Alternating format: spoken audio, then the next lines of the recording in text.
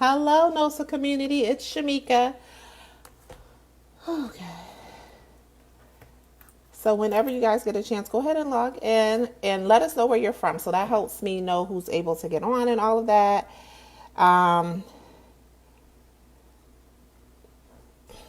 okay, so I'll give everybody some time to get on.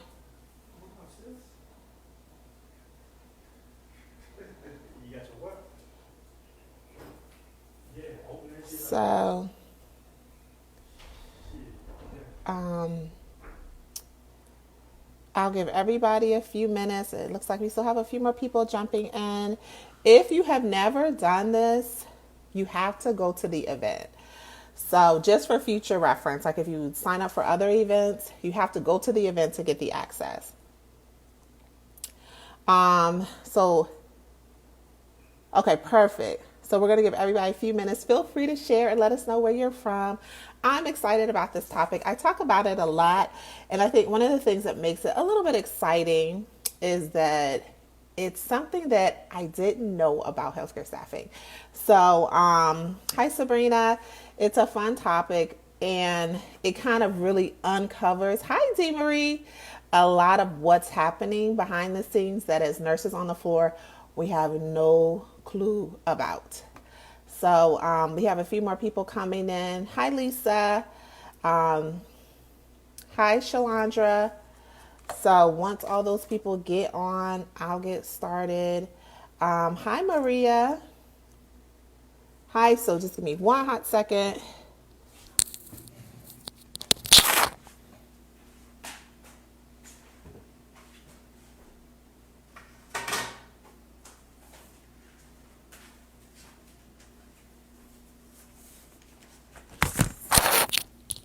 All right, so I'm going to go ahead and get started, but I did want to tell you guys you'll have access. So, kind of the way, hi Shanika, hi Imani, hi Larry.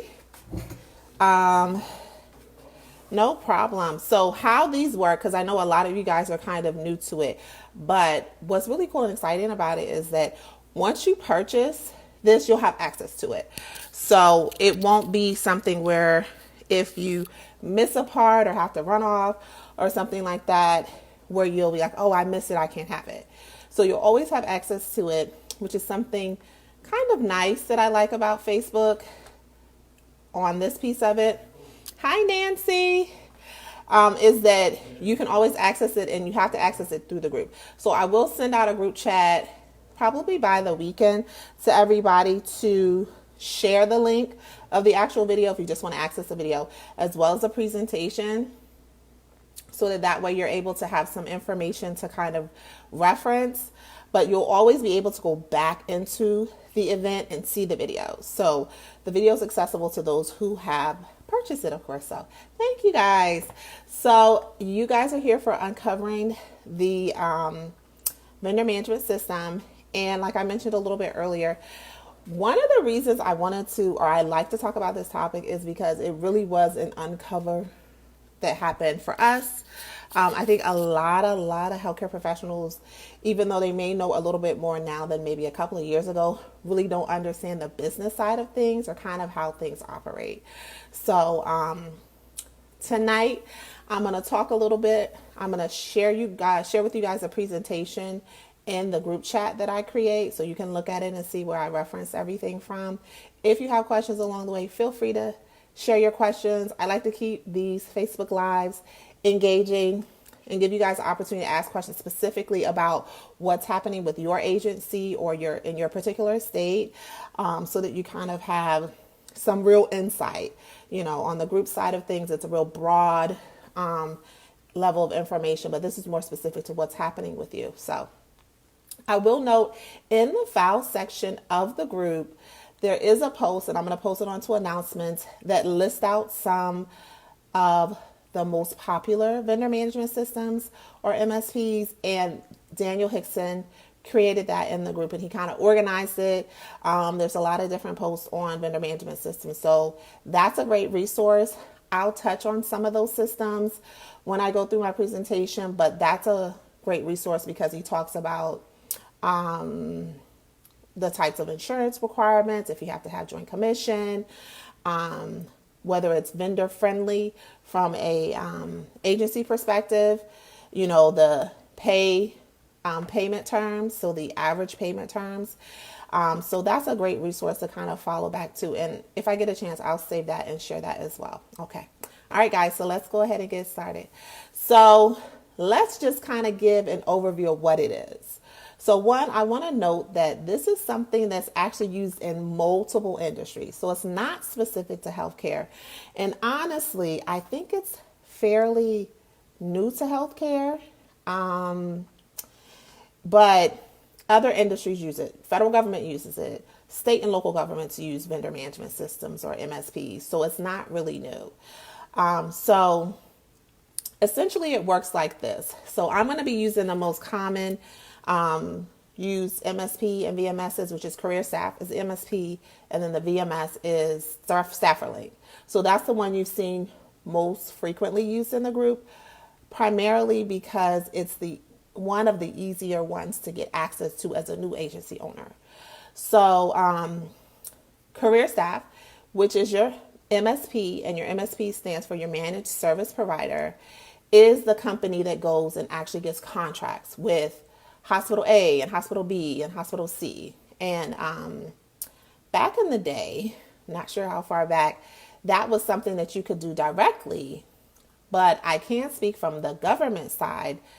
A lot of the reason that the MSP element was rolled into the federal government was to kind of create a level playing field so that everybody can have access to the same contracts. And I'm just going to assume that that's the case for healthcare, that they wanted to do that. I'm sure there's a couple other things behind that. But Career Staff is your managed service provider, and they go out there and obtain the clients. The clients could be Johns Hopkins, Emory Healthcare, Anne Arundel Medical Center. It could be North Miami Hospital. It could be Dallas Medical Center. You know, whoever those clients are. So those are the clients of the managed service provider.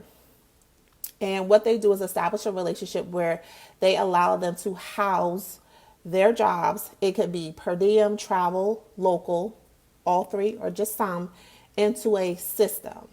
And the system is called, we're going to use this example, StafferLink. So it's just an actual computer system. So it's not a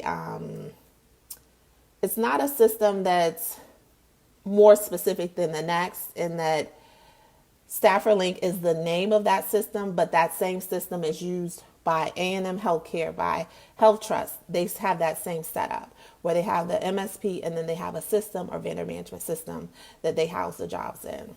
So within the system, what they do is they allow access based on specific parameters for agencies, big, small, and little, like us, you guys, Aya, Maxim, so on and so forth, to access those jobs.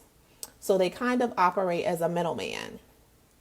And by doing that, they have the jobs here that the Career Staff client has obtained. And then they have the system where the clients for Career Staff can drop the jobs in. And then the agencies, whomever they're named, can access the jobs and then actually go out and make the placements. As I mentioned before, there's a few differences with some of that process, but that's kind of like your generic overall of how it works. So from the agency perspective, when we're able to get access or meet the specific credentialing requirements, which typically is your general professional liability insurance, and they say that it's a 1-3, so 1 million, 3 million aggregate, and workers' comp for the state that you're staffing in, you're able to get access to see the job. So that's usually the first step, to actually see what jobs they are. Now, there are some systems that'll limit your access if you don't have joint commission, but that varies from place to place. So what you would need to do is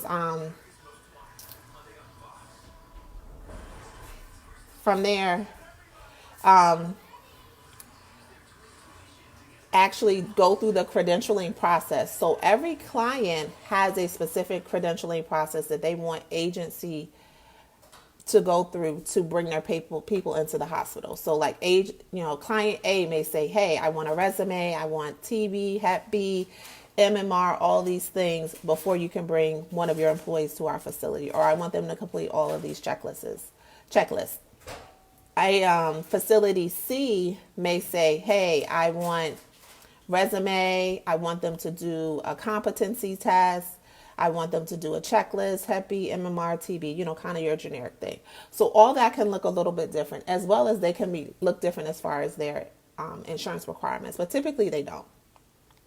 So from there, once you have access and you're able to credential your people, then you can place your people into these various positions. The piece that a lot of people may not know or don't quite understand is that every agency has the access.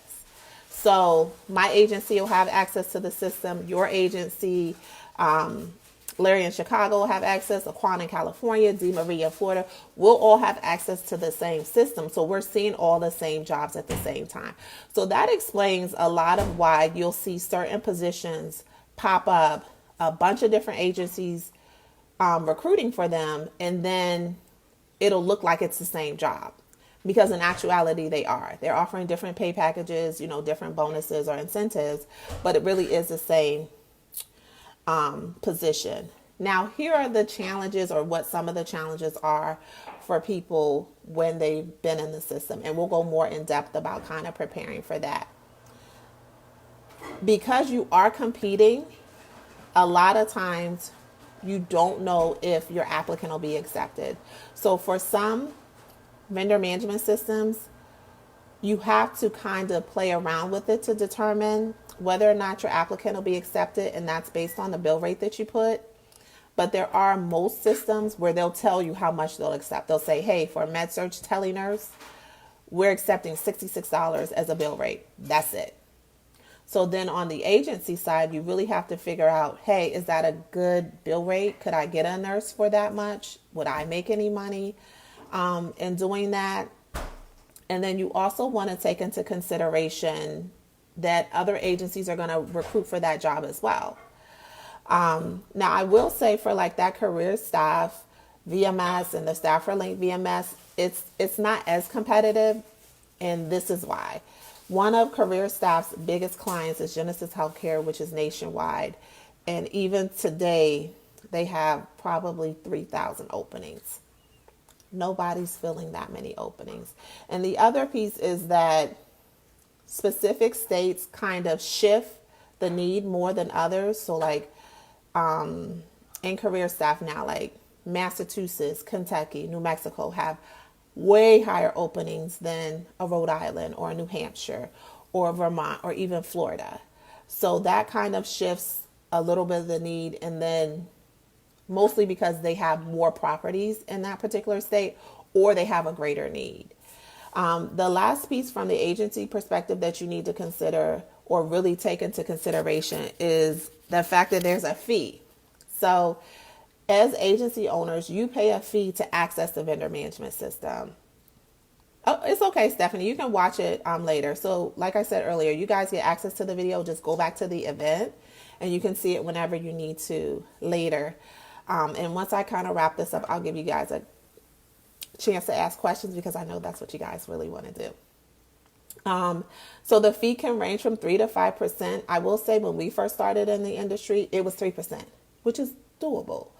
I think the standard across the board has been 5%, but for some vendor management systems, they offer a flat rate where you pay, and I think Grapetree is the one that I have in mind. You pay a flat amount, but there are a few, maybe like you would pay $300 every month. But for most of them, they want a percentage of your invoiced hours, your invoice payment. So I'll answer your question in just 1 second. Shanika, let me get through the presentation and then I'll open it up for everybody to ask questions and just kind of end things out that way. So why use a VMS as a NOSA? So there's a lot of challenges behind MSPs and VMSs, mostly because a lot of your big agencies like Aya and Favorite and A&M have gone into the MSP space. So that's a little bit new because that's not typically how that happens, but they've kind of gone to operate as your MSP. They have a vendor management system. They may call it something else, and then they're also recruiting.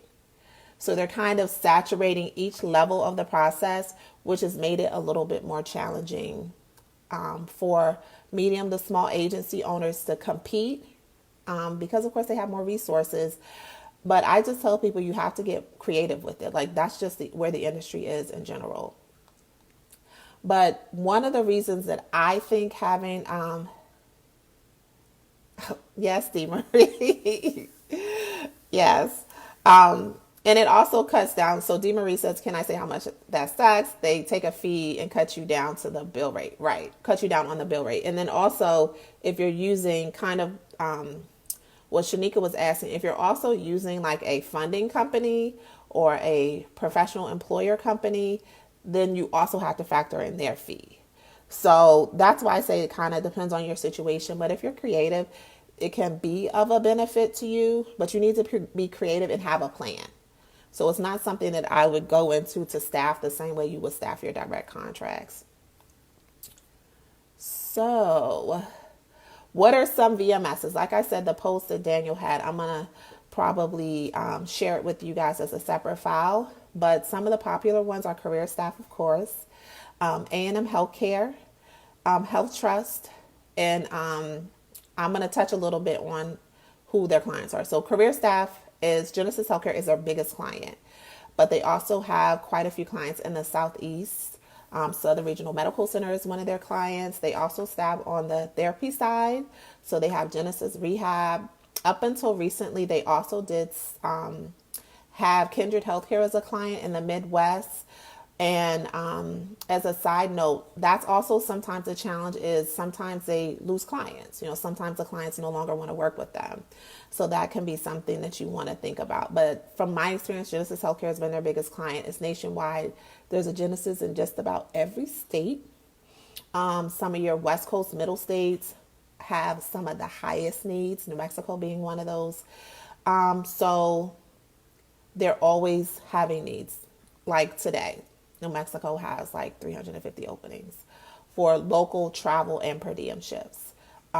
Same thing for Kentucky. Some of it is because those are hard facilities to work at. And you may have like some travelers or local people say, I don't want to work at a Genesis facility. But each facility is different, and really it changes based on how management is running it. So I've seen facilities in New Mexico that were terrible that with the right management were able to turn around and really be good places to work. A&M Healthcare, West Coast again, one of their biggest clients is Kaiser Permanente, California. For some of you guys who may not know, so Kaiser Permanente is in California. It also has a mid-Atlantic region here on the East Coast in Maryland, DC, and Virginia, as well as Georgia and Colorado and Washington State.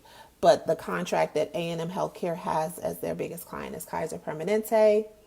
Health Trust, which is another MSP, their biggest client is HCA Hospital and Healthcare Systems. A lot of your HCA hospitals are in Florida,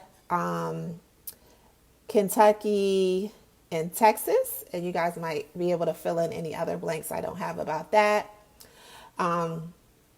And they have some of the same challenges that Genesis Healthcare has. So there's definitely a lot of people when you're out there recruiting that say, I will not work at an HCA hospital. And it's for very similar reasons as Genesis has that reputation.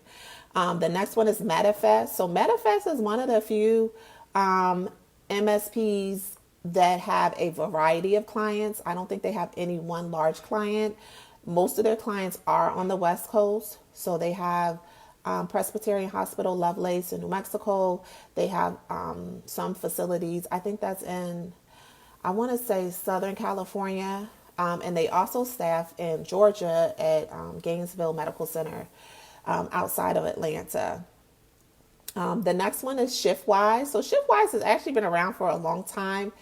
And some of their clients, I'm not sure what their largest client is because I haven't worked with them, but some of their clients are in Tennessee and Kentucky.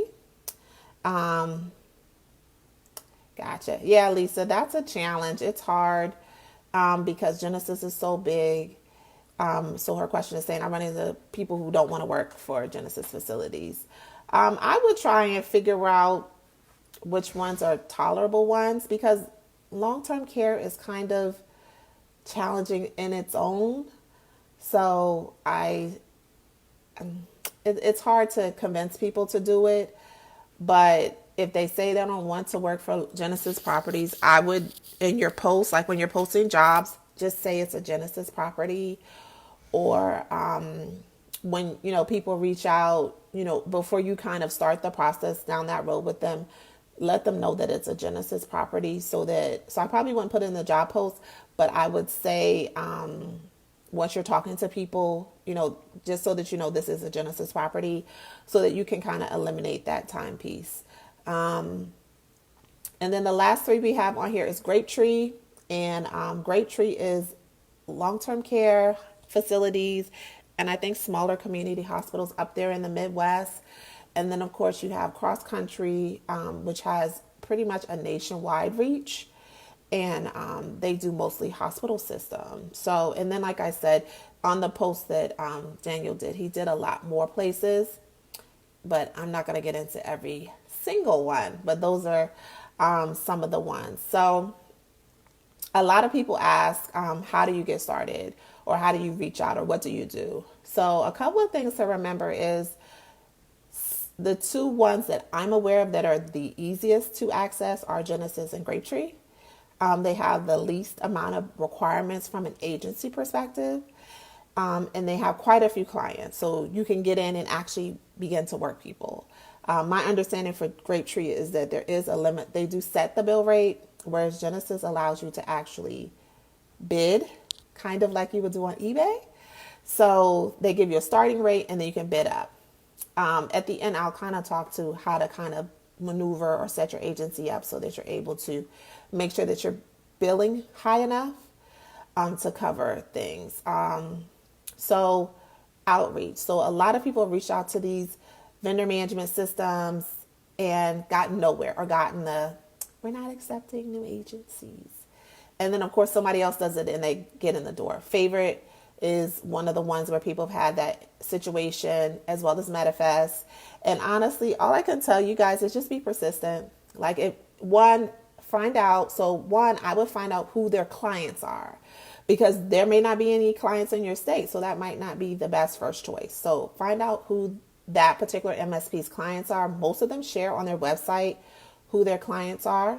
So I would do that first. And if it's some place that you want to staff and place employees, then do the reach out. Sometimes you can reach out via email. Calling is better. But even prior to actually doing the reach out to find out what the requirements are, make sure that you're ready. So they're always going to want to know, that your agency is registered in the state that you live in. Yeah, Larry, there is a list. I'm going to share the list. I don't think there's phone numbers, but you can Google it. So there is no phone number to get a direct person. Any number that would be shared would give you to an account manager. But there is a list. I'm going to share the list. So you want to make sure, like I was saying, that your business is registered in the state that you're doing business in. You want to make sure that you have an EIN number. You also want to make sure that you have your insurance in place. And those are like the 5 minimum requirements. Some other places may require that you're Joint Commission certified, that you've been in business for a year, that you're staffing at a certain level, or having a certain number, a number of employees on your roster. But at the minimum, you want to have those 5 things already, so that when you talk to them, if they say, hey, send me over this, or I'm going to send you over that you're ready to move on it. The other thing is, there are a few clients out there where you have to actually receive an invitation to access their piece of the vendor management system. And those are usually your really large hospital systems that have that. And in those instances, you would have to actually reach out to the client first, and then they would provide you the information to actually reach out to the proper person to access the system. So like I tell you guys, it's a maze. We're unraveling the maze. And a lot of this I found out through trial and error on both sides of things. So like your Hospital systems or healthcare systems that are attached to schools typically have that requirement, but there are definitely a few. Like ShiftWise has a couple of clients where it's set up where you have to reach out to the client first.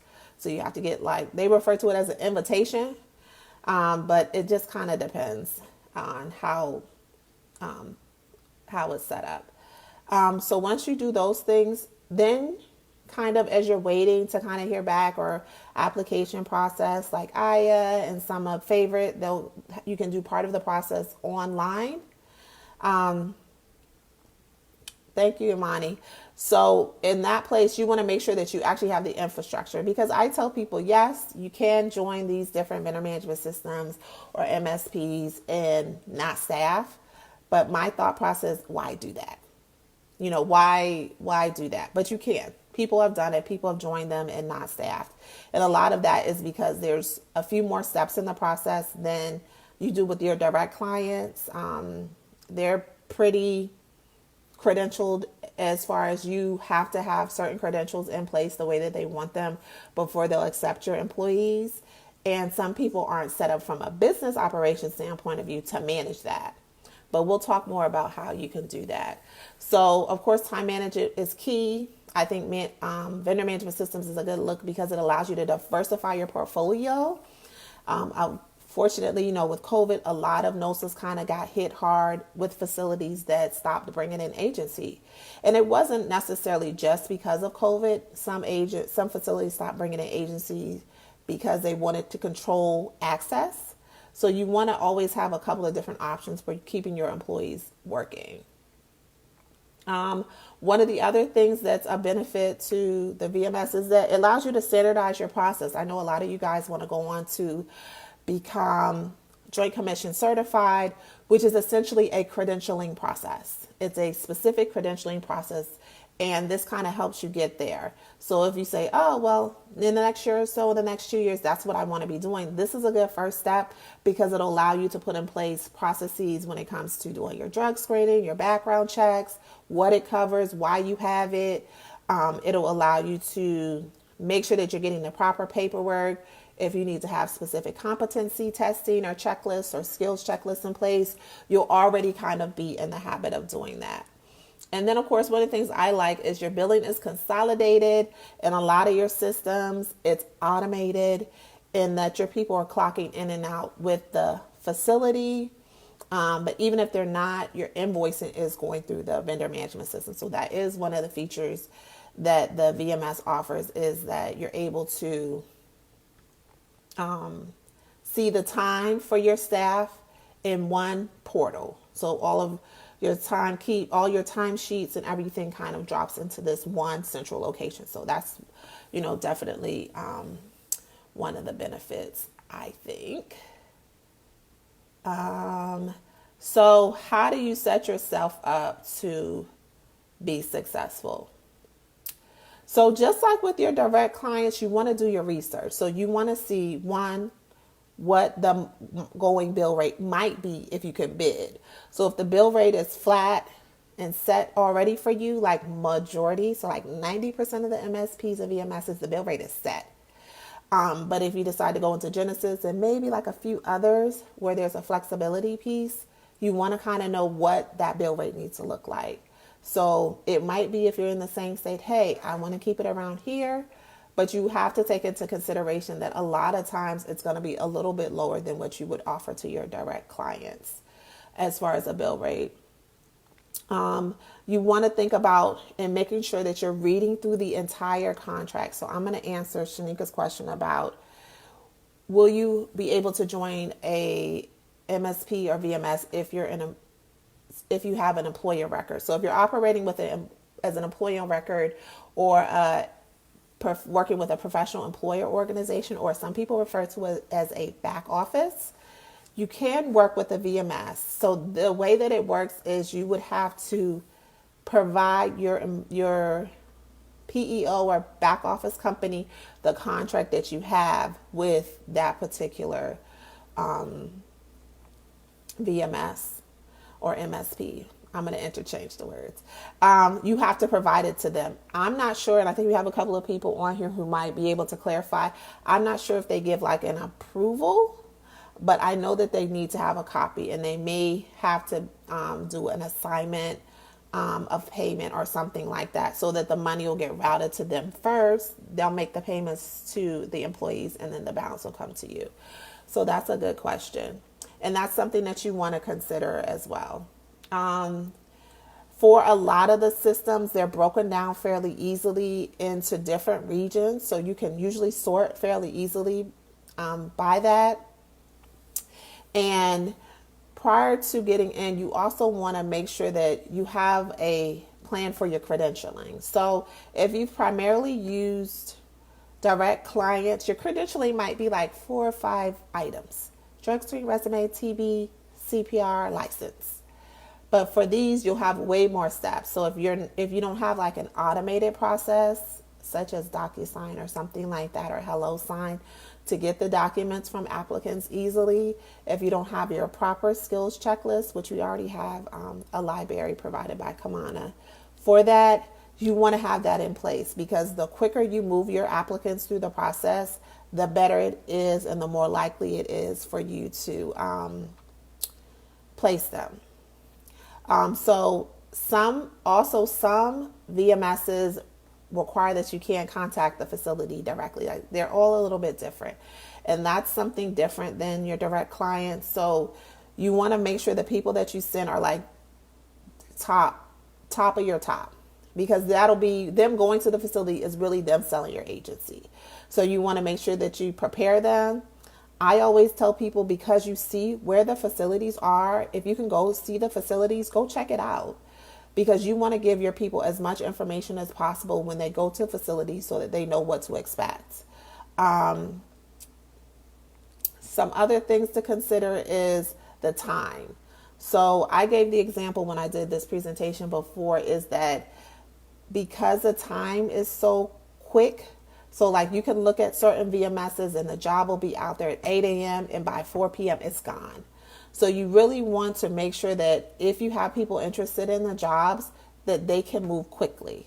And you want to make sure that you're communicating that to them, so that they're able to, hey, this is the type of job. Okay, well, we have it. This is what we need from you ASAP. And of course, if you can get the information from them, the sooner the better. And then the last couple of things I'm going to touch on is billing, and then let you guys ask some questions, because I've been talking for a moment. So billing. So how does billing work? So traditionally in your vendor management systems, everything's automated, whether it's that the time cards drop into the system or they clock in at that facility, and that's how the time gets pushed in. It takes about 30 on the good end to 45 for some vendor management systems, 60 days to be paid out. So as a NOSA, you have to make sure that you cover that time period, whether it's through funding, self-funding, loans or things like that. But that's the traditional time period that it takes to get paid out. And for us with Genesis Healthcare, we were paid out more or less on a quarterly basis, but it was about every 60 days, you would receive a check for the 2 months prior. For our experience, we didn't have any issues. Like, we had payroll issues, but it wasn't around receiving a check. It was with employees working with multiple agencies, but in the same system. So sometimes that happens if you're doing per diem. So we had an employee that was under contract with us that picked up per diem at Genesis with another agency, and it created some confusion. Essentially, Genesis is pretty good if you're on top of it about correcting things, but you have to look at your invoices. They send out a lot of reports. There's different reports for you to generate.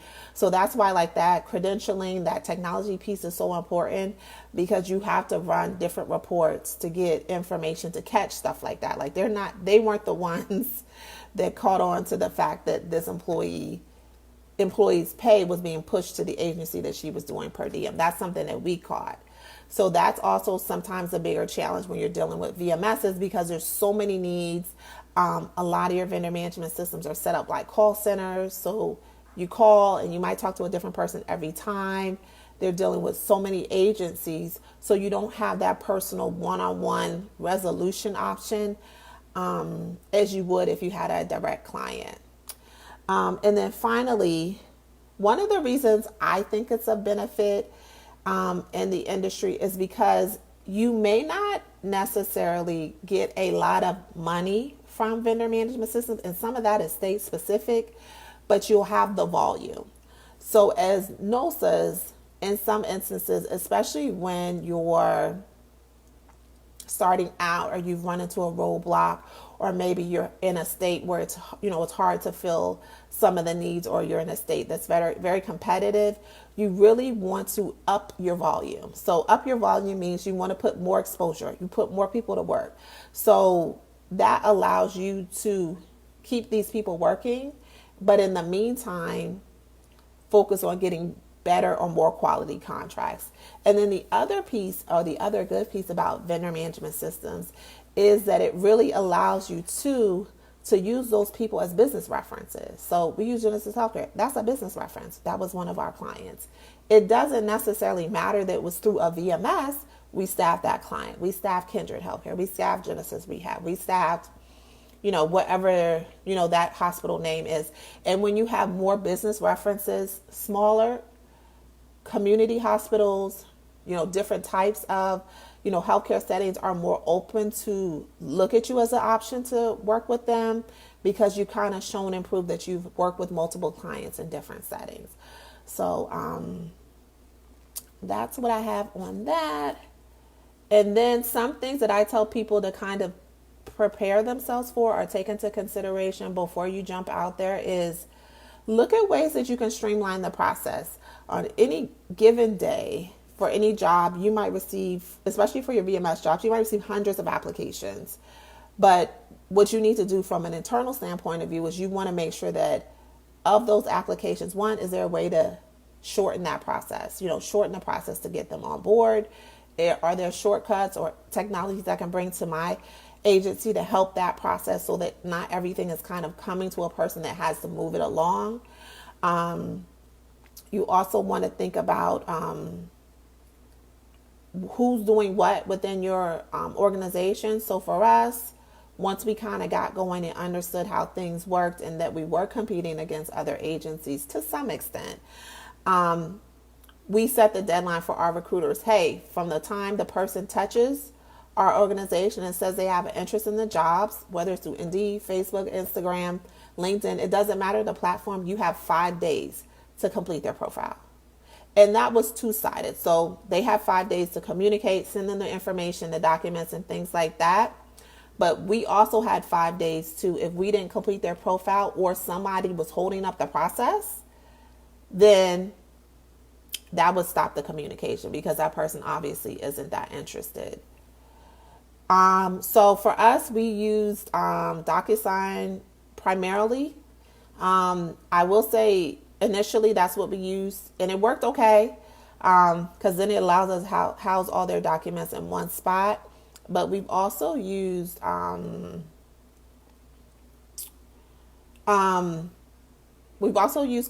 so that's something that we're introducing for us to kind of have people who are just interested in working for our agency have some of their documents already there.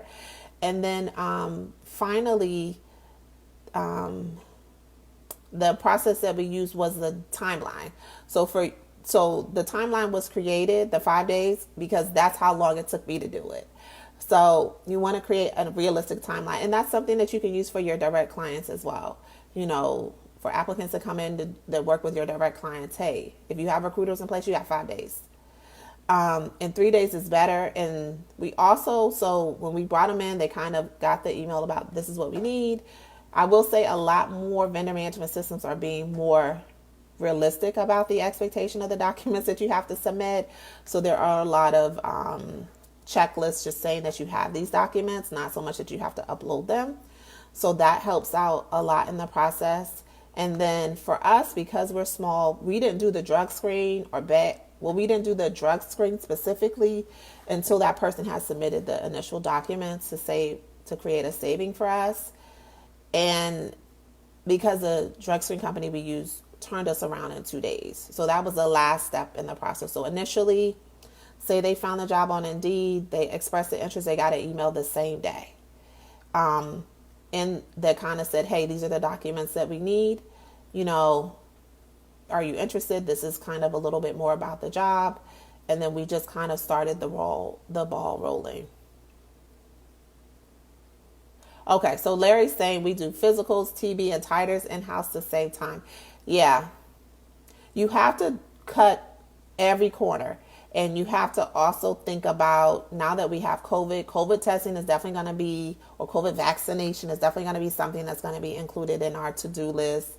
And hopefully, now that more technology is coming into the industry, hopefully more facilities will be more reasonable as to what you need to submit to have their people working, mostly because this is the only industry that requires, when we first started in 2017, we had to give them 17 pieces of paper to get somebody started. The list was outrageous. And because you don't have the manpower, we lost a lot of contracts because of that. But once we were able to get a system, it really helped. So, and Trina is asking, do you have to have a recruiter in place before you go and apply into a VMS? No, I was the recruiter. I was the agency owner and I was the recruiter. No, I will say you need to have a system. So, and I don't just mean like a platform. I mean a system, so that once the person comments and says interested or submits their resume, they automatically receive an email. And it doesn't mean that you don't send it, but that you're in queue, that you automatically respond, hey, thanks for your interest. Let's set up a time to talk. These are the documents you'll need to submit prior to whatever, however you do things in whatever order you do it, and then like they're moving through kind of like a map in your business. And that's always the experience for everyone that comes to your agency. So each time someone says yes and they apply, hey, thank you. So it's just like automated. And a lot of a lot of platforms have that auto message where you thank them for applying and you can immediately tell them, hey, these are the documents I need you to submit for us. Let's set up a time to talk further, so that there's no question about the next step. So since you guys are asking questions, go ahead and feel free to drop your questions you have about the vendor management system. And I will get to this last few slides and wrap up with you guys, okay?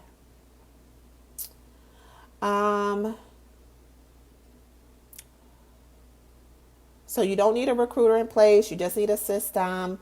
As many things as you can do in-house, try to do those things. I will say typically in your contracts with the vendor management systems, they'll be very specific about what types of credentialing you need. For example, they'll say you have to have a 7-panel drug screen, including the screening of these drugs, or a 10-panel drug screen. They may say you need to have a background investigation that goes back 7 years for county, state, and federal. So that'll also be something that will be specific. And Trina, you don't have to use any specific platform. I would say just kind of see what's out there and where you are in the process of running your agency. We use Microsoft Office, so that was DocuSign was a addition to our Microsoft Office 365 package, and it worked for us. And I tell people, don't add on more expense if you don't have to. An Excel spreadsheet is a good resource. I use those as well. So look at low to no cost options first if you're kind of early on in the process, and then kind of go from there.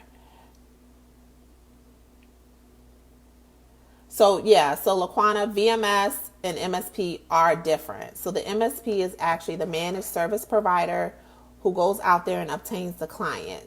The example I gave was CareerStaff. The vendor management system, which is in this case StafferLink, is the actual system. So it's the actual system that's housing the jobs.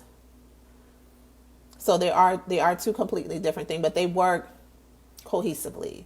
So you can have a VMS without an MSP, but you really have an MSP without a VMS. So I don't want to confuse you guys. So every MSP has a VMS, but there are quite a few vendor management systems where they just operate as the system. It's like a staffer link that houses the jobs. So it just kind of changes. And like I said, I'll share with you guys the post that Daniel did that kind of touches on all of that. And I believe he did in the format of the managed service provider. So when you're going out to reach out to clients, you want to reach out to the managed service provider, because that's the person who actually has the contract with the clients and who can give you information about you getting access to their system. Any other questions? Like I said, feel free to share your questions, and then I'll go into a little bit about how you can use this as a way to increase your profit margin and doing budgeting and forecasting. So, all right, so while you guys are working on that, how you can use this as a way to increase your profit margin. So I gave the example before. I think COVID kind of opened everybody's eyes to kind of how you structure your business. One of the great things about a VMS is it allows you to really create a diverse portfolio. So say you had 99% or 20% direct clients, and then maybe you have a VMS. You're able to really account for a little bit more options, not only for your staff, but also as you increase your volume, you'll begin to make more profits. So in instances where we started with a client and maybe over time that client stayed with us, we continue to staff for them, you can increase your bill rate, or you can try to negotiate for an increased bill rate for, VMSs that have set bill rates. The example I gave was if you're billing 300 hours weekly and you can increase your potential revenue up to $15,000. So if you're billing that way consistently, you can increase your potential revenue up to $15,000. If you're hitting that 300 hours, and this is more specifically around a registered nurse position where you're billing about $60 an hour. All right, so we have some questions. If you just use a VMS without the MSP, how would that work? So that would then require you to have your own clients. I think Blue Sky is an example of that. So they'll allow you to house your jobs in there. I'm not 100% sure how that process works, like step by step. But then there's also companies where that's just what they do. So like, for instance, Beeline is a company that operates as a vendor management system for multiple clients, but they don't do the piece as far as the MSP where they actually acquire the clients. They just offer the system. So that allows your employees to go in and clock their time. That allows you to see labor costs and things like that. Okay, so you're going through the Blue Sky training. Larry's saying he's going through the Blue. So Larry is the Blue Sky training. Blue Sky is a vendor management system, correct? That's my understanding of Blue Sky. And you're able to house your jobs and employees, and it allows you to automate some of your systems and processes and credentials. So Larry probably has a little bit more insight as to how that works. Maria. Okay, so Stephanie's asking, so for career staff, I would need to contact Genesis. No, so for career staff, you would need to contact career staff. So career staff is the MSP. They're the people that hold the contract. And then Genesis is the client.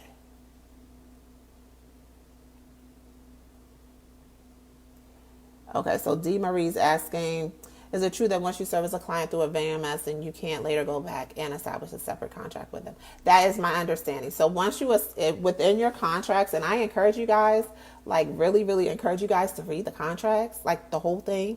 I think the career staff contract is maybe 100 pages so that you're clear. Yes, once you start working with the VMS or through the VMS with the MSP, you cannot then go back and have a separate contract. Now, there have been some people that had existing direct contracts and then maybe were asked to join the VMS or the MSP.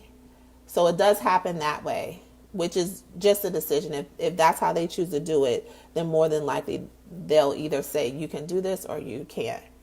Okay, so Larry's agreeing with some of the things I shared about the Blue Sky. And I think MK, who's in the group, also has some information about Blue Sky. Imani saying, I've been working as a nurse for HCA and then for Health Trust for the last 10 years.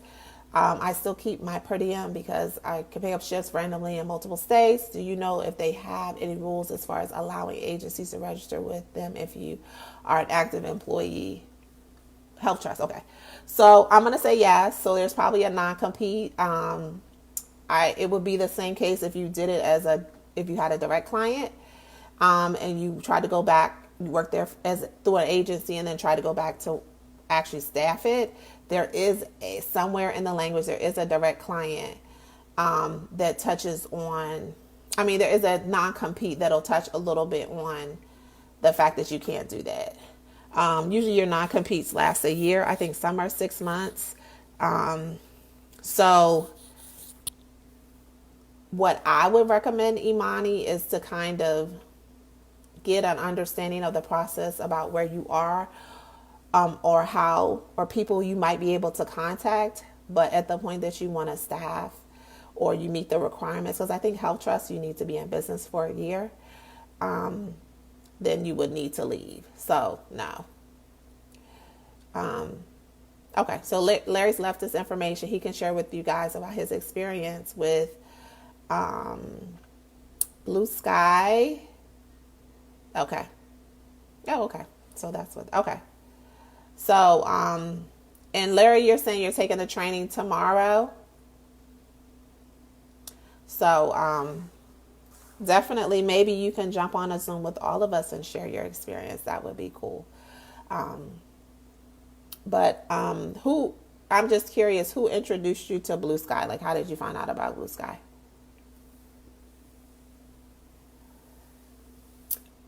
And so the last couple of things I have about the VMS, just as a FYI, things to consider, and you guys can keep asking the question, is about one of the good things about the vendor management system is the fact that you can have it and not staff. I wouldn't recommend it. Oh, okay. So you have 7 sessions. Okay. Okay. So it'll be a little while before you're ready to share. Gotcha. Is that you can have it and not staff it. I would not recommend that, but it's an option. So it can always be a fallback plan. And that's why I say you can have it and not staff it. And I would also recommend for people who do have it, if you're having challenges with it, figure out that process, figure out whatever your challenges or your holdback or your hurdle is before you start bringing people in or advertising for those jobs, just because you don't want to bring people in and then kind of have them hiccup and you be told, oh, that person can't work or that person can't start. So really figure that piece out. One of the benefits too is that typically there'll be a per diem travel and local element to a lot of your vendor management systems. So that'll allow you to keep a variety of staff working. That'll allow you to keep, the travelers that leave the state who are coming back, who are looking just for per diem shifts. That'll allow you to keep them working. People who just want to work agency locally, that'll allow you to continue to have them continue to work. And then, of course, your per diem people who want to pick up travel contracts, maybe like as the summer comes in and the kids are out of school, those people too. So that's one of the reasons that I like the vendor management system, which looks a lot different than your direct clients. Like there are direct clients out there like that, but typically they offer, the per diem role, the local role. That's the extent of it. But you want to always have a variety and you want to always have a diversified portfolio so that you're able to keep your people working as well. When you're doing your research on the rates and stuff, or how to bill or what to bill or even what to pay your employees, look at what other agencies are doing. That is the biggest gauge. They tell you if it's a long-term care facility in the same state, in the same city, with the same work hours, 9 times out of 10, it's the exact same facility that you're looking at in the vendor management system.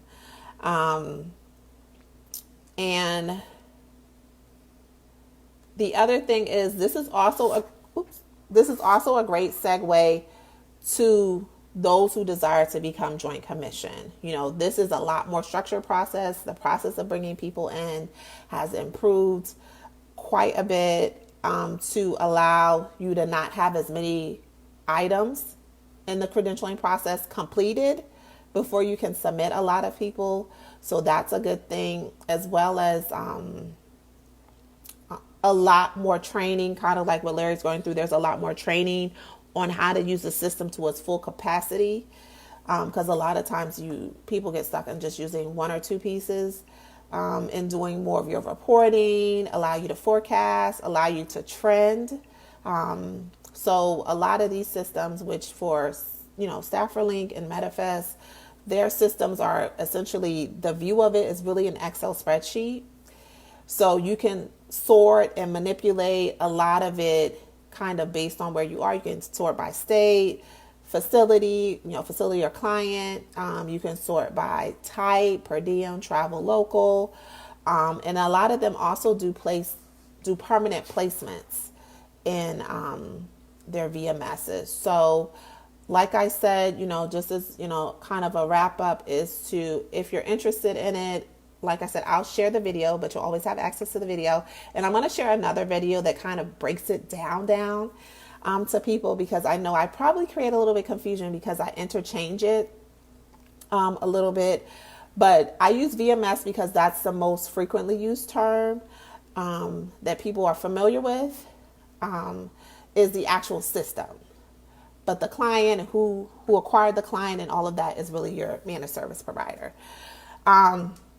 So I'll share another video that'll kind of break it down a little bit. Just know that this isn't new to corporate America. A lot of organizations have been using it for years. Federal, state, local governments, a lot of corporations, your big corporations like Booz Allen and Deloitte use vendor management systems. I think the intention of them was to kind of create a level playing field where, hey, the NOSA Group agency, your agency, AYA, A&M Healthcare, Maxim can all get access to the same thing, which kind of creates a more competitive playing field. So with that being the case, you really want to plan ahead, have like a true strategic plan in going into it, have an idea of what you want your bill rates to do, even if they're set. Have an idea of, what are the clients that this particular MSP has, where do you want to be staffing? What types of staffing do these clients have? If you want to get into hospitals, a lot of your MSPs are within the hospital systems. So, do your research, plan ahead. In planning ahead, have a good foundation from an operational standpoint of view that allows you to structure and ramp up your credentialing process. So it's going to be, even though it's kind of minimized a lot from when we started, it's going to be a different process. It's not going to be a couple of things. And that'll hold you up from getting a person into a job versus, hey, if I had the system in place, I send them this, they send me that, I drop their stuff, it's done. So definitely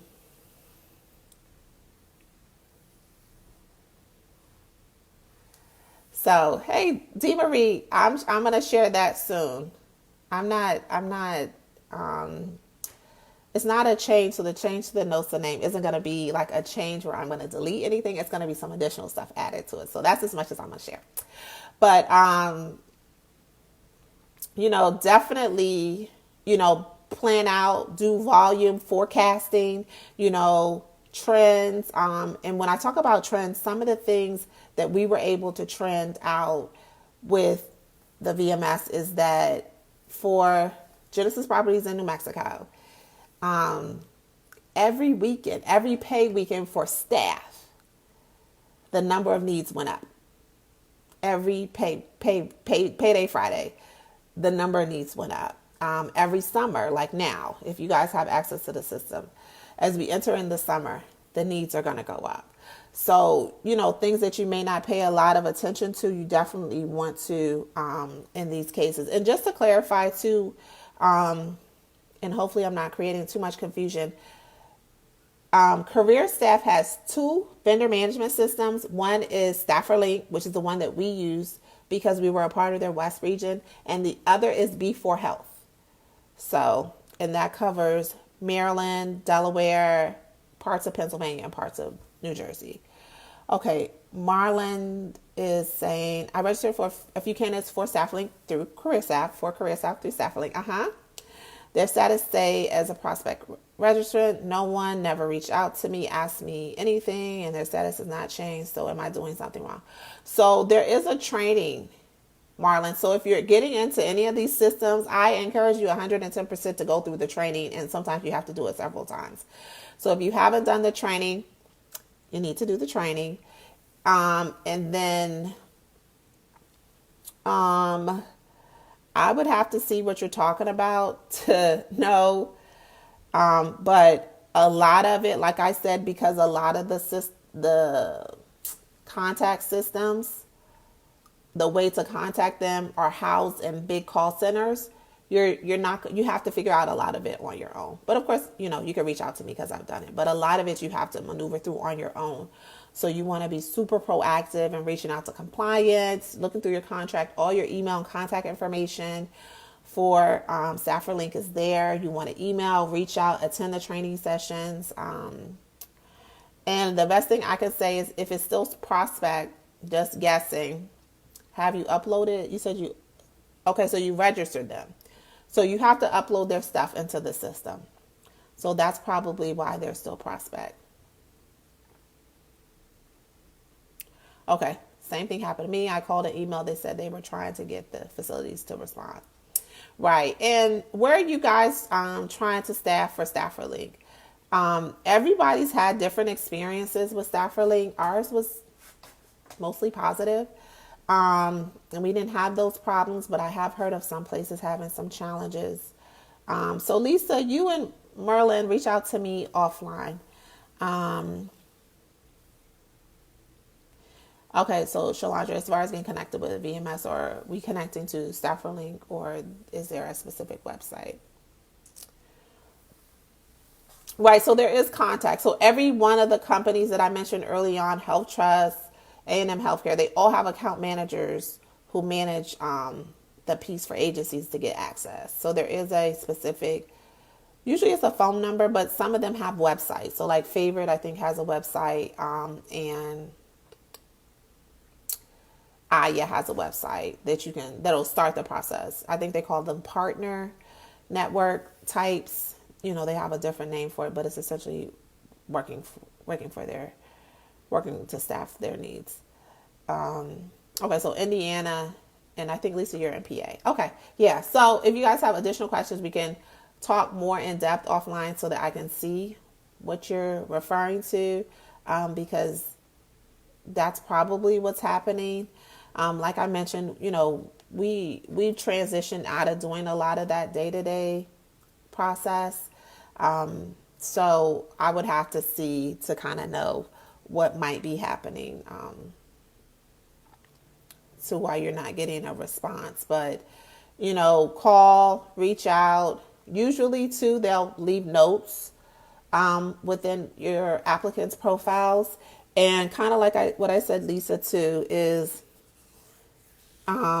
if you didn't receive a response and you submitted somebody or bidded for something, another agency may have gotten it, or they may have closed the job. So I'm not sure which jobs you're talking about. So I don't want to get into guessing too much. So, and the last thing I have for you guys is,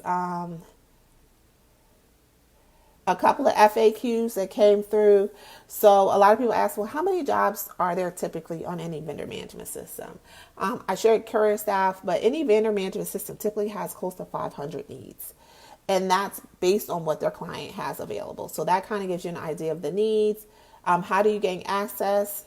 You typically go, the first point of contact to gain access might be a website where you fill out like a profile information sheet, but typically it is through an account manager who will send you or tell you, these are the requirements to begin the process.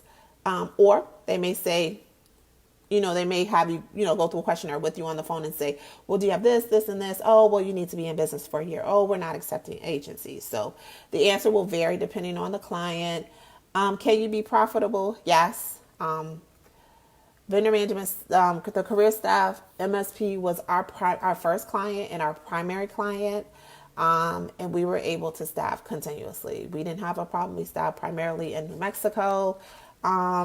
Probably our first 6-9 months, and they had more needs than we could ever fill. So note that that's the case in many instances. Do you have to be Joint Commission certified? I would say for many of them, if you're not, it limits your access.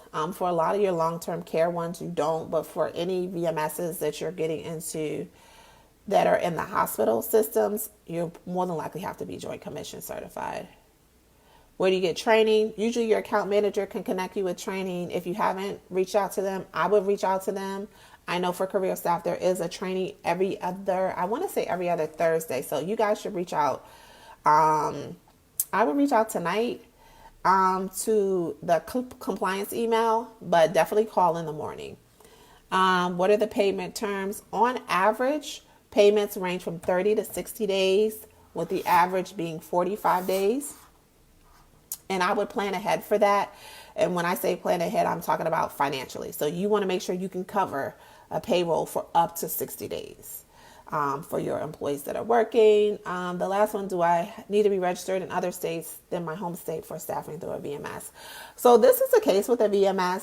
And I think most of them operate a little bit like this. Some might be a little bit different. So when you join the VMS, you get access to all of their jobs or clients that you meet the insurance requirements for. But when you're actually staffing in multiple states, it's your requirement when you send somebody to the state to make sure that you cover them from a workers' comp standpoint of view. So would you need to have insurance in other states? Yes.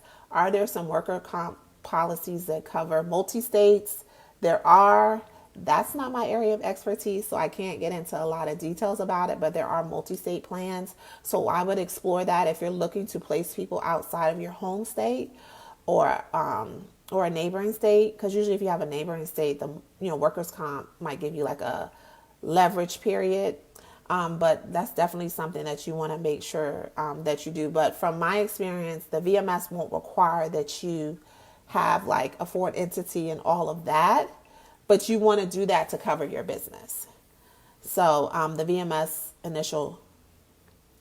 the initial intent is that you have a business that meets these requirements and you can access it. And then how you run the business or how you staff in the business is your responsibility. And then the last thing is volume. So the great thing about VMS is it allows you to get volume. You may not get your higher profit margins that you get with direct clients, but you'll get the volume, which for me kind of balances out your profit margins a little bit, and it really allows you to grow a little bit faster because you'll get more exposure because you'll be able to hire more people. Do you know any companies who offer the insurance for multiple states? Any workers' comp that you have should be able to refer you to a plan or offer it themselves. So the only person I can refer you guys to, and I'll share it as well, is Natalie. She's been working with some people in the group. I've worked with her for that, and she'll be able to give you information and explanation. So when it comes to the insurances, guys, and this is a total side note, and I'm going to let y'all go, get with someone who's going to explain it as well as provide you a policy. And this is why, because with COVID and everything that's happening, the level of coverage that many of us have or might not have has gotten people in a jam with their policies because they didn't have enough coverage when someone is actually making a claim on their policy. Like in these times, probably more than before, there's likely to be a claim on your policy related to COVID. And if you don't have the proper coverage, you can run into a situation with employees and things of that nature. So I would definitely look into that. Let me double check her last name. So I'll share it too, but I'm going to double check her last name.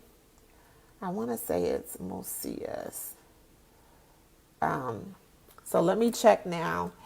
And then if you guys don't have any other questions for me, thanks for hanging out tonight and getting some information about vendor management systems. I hope it was insightful. Okay, so I'm gonna and help give a better understanding of how they work and how they come from. There's a whole bunch of other layers to it that I definitely won't get into tonight. Maybe at another time that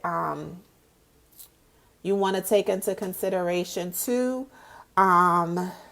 Just mostly because they don't operate fully in their intentionality, especially when I was referring to creating that level playing field. So thank you guys again. I hope you guys have a great rest of your week and a great weekend. Thanks for joining me tonight.